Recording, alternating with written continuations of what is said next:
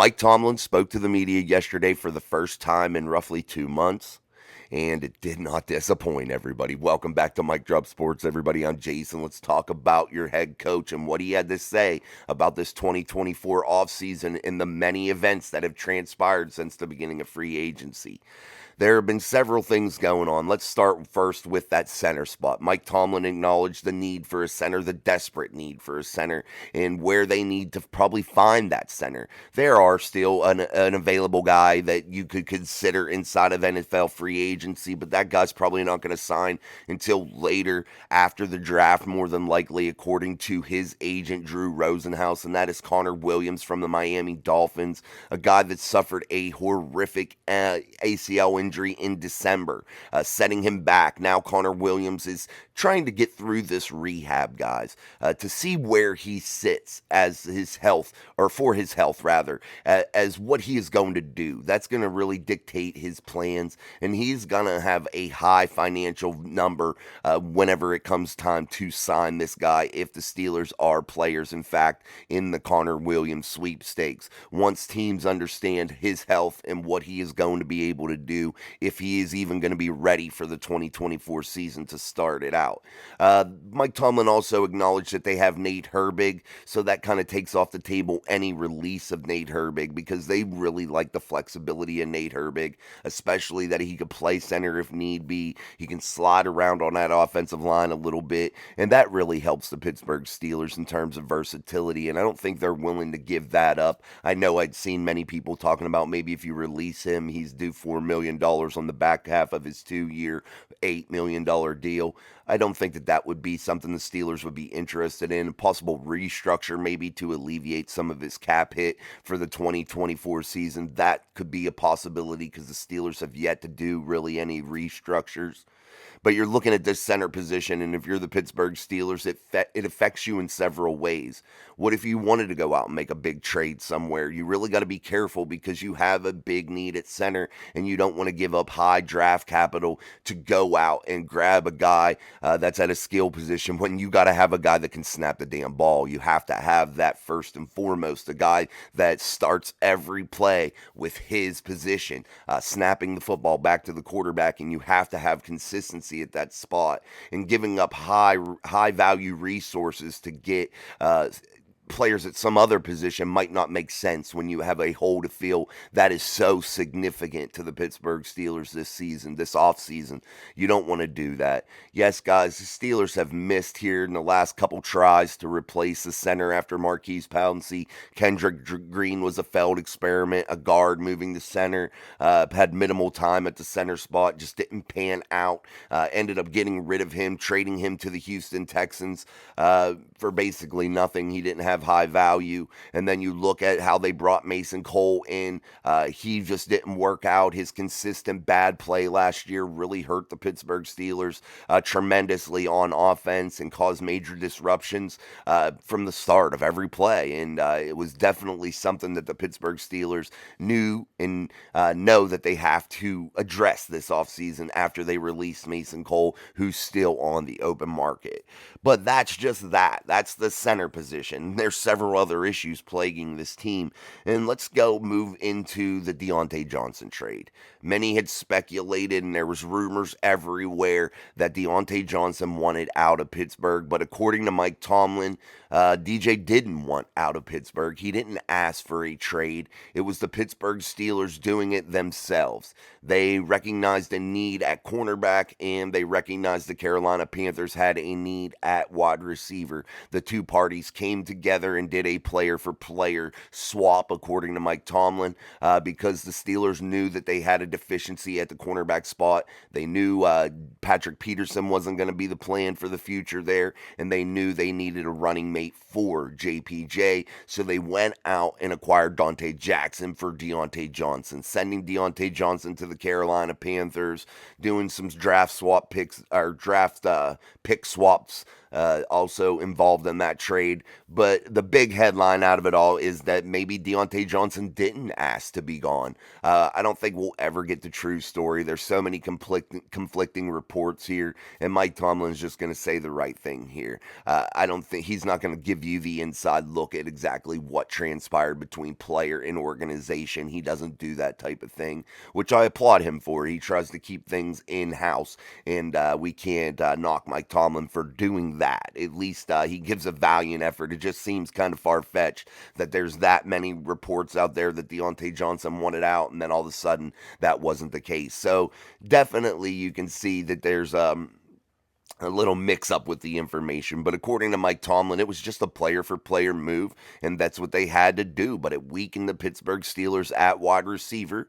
I feel like it did add value to the cornerback room with Diontae Jackson. I think he's going to prove to be a good player for the Pittsburgh Steelers moving forward, but we'll see. We'll see how that goes. Diontae Johnson was a guy that ran backwards, dropped balls occasionally in big moments. The drops weren't as bad as some may think. They just happened in spots to where it really made it stick in your head. But giving up on plays, causing disruption, that's the type of thing I think really led to Diontae Johnson being let go, maybe even if he didn't ask to be let go, to where they felt comfortable trading him off, and that was just going to be it for the Pittsburgh Steelers. Also, he talked about why they let Kenny Pickett go, and maybe the reason wasn't because Kenny asked there either. So this is all just weird how all the rumors came out about these two players asking to be let go. But Mike Tomlin just simply said, this is the reason.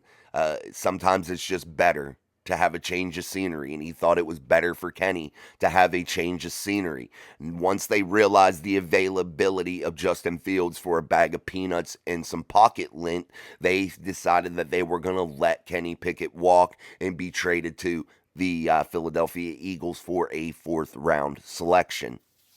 Yeah, pretty interesting stuff there.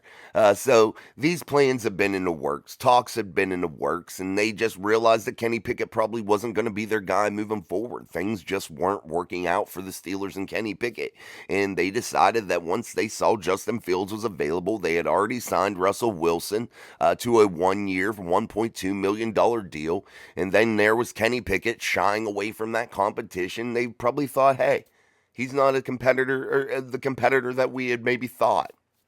Let's just let him go. Let's get a trade going. Let's get back what we can get back for him and utilize it here in the 2024 draft period. And that just seems to be what had happened for the Pittsburgh Steelers. So there's several things here, guys, going down. There's several things happening within the Pittsburgh Steelers, and it is just becoming really interesting, especially now that the owners' meetings are kicking off this week. But there was one more issue that Mike Tomlin talked about, and that was that quarterback room as a whole. After we just talked about Kenny Pickett being traded, the guy that was the presumptive starter in the city of Pittsburgh, now moved to Philadelphia. Mason Rudolph, a guy who shined in the final 4 games, let walk in free agency without even an offer, signing with the Tennessee Titans for a deal worth up to $3.6 million, allowing Mason to test the free agency market without even trying to bring him back in. And there aren't many teams that totally rebuild their quarterback room from bottom up in the offseason, and you see the Pittsburgh Steelers doing that as they bring in Russell Wilson on that super cheap deal. Now they have a veteran in place. Then you see Justin Fields being traded to the Steelers for basically nothing but some pocket lint. So here we go. The Pittsburgh Steelers now have Russell Wilson and Justin Fields. Now that Mike Tomlin was talking about them, realizes who's in this room now, who's definitively in this room and is going to be vying for that starter role. Mike Tomlin said that Russell Wilson is in the pole position. Read between the lines, as Mike Tomlin likes to make you do with his word salad sometimes. He's saying Russell Wilson is in that pole position. Justin Fields is going to hopefully sit back and gain that veteran knowledge, some of them little tricks of the trade, as Mike Tomlin likes to put it, from Russell Wilson, passing that on to Justin Fields. So we'll see how this all transpires. But Mike Tomlin said that there will be some sort of competition at times when it's convenient, basically. So you really have to have guys in definitive roles. You need to know that Russ is going to be the ones. He got to take the 1 snaps. Justin Fields got to take the 2 snaps. So you need that hierarchy. But he did say Justin Fields has a chance to compete, but more than likely it's Russell Wilson that's going to be the starter. So we'll just say that that's pretty much it for the 2024 season. Russell Wilson will start and will be the guy moving forward. They want his veteran presence in there, a guy that can lead this football team to hopefully new heights in 2024, but allow Justin Fields the time to grow. And Mike Tomlin says that he has spoken with Justin Fields and that Justin Fields seems to be on board. And we've talked about it all week last week on the channel. Well, not all week, toward the end of the week, where we wanted to know how this dynamic is going to work between Russell Wilson and Justin Fields inside of that quarterback room. And I don't foresee there to be any issues. I don't foresee any butting of heads in there. I think that this is going to be a room that you have the old wily veteran teaching the young guy how to become a pro's pro, teaching him how to do things inside of an NFL helmet as opposed to trying to carry a franchise when you're not ready, like he did in Chicago. And I think the Pittsburgh Steelers have a great game plan put in place. Excuse me, guys, I hit my mic. But I think the Steelers have a great game plan put in place right now for these two. And I think it's going to work out. And some people may say, oh, there has to be a competition.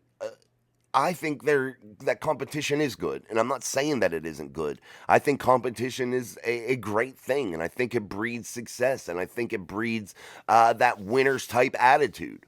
But in this case, I think it is imperative for Justin Fields to catch his breath, guys. I think it is imperative for Justin Fields to figure himself out and get that year and not have to carry this franchise on his shoulders. I think it is important for him, and I think Justin Fields is smart enough, and by the sounds of Mike Tomlin, recognizes that he needs to do that. And I think that he knows that long term his career is going to be better because of it.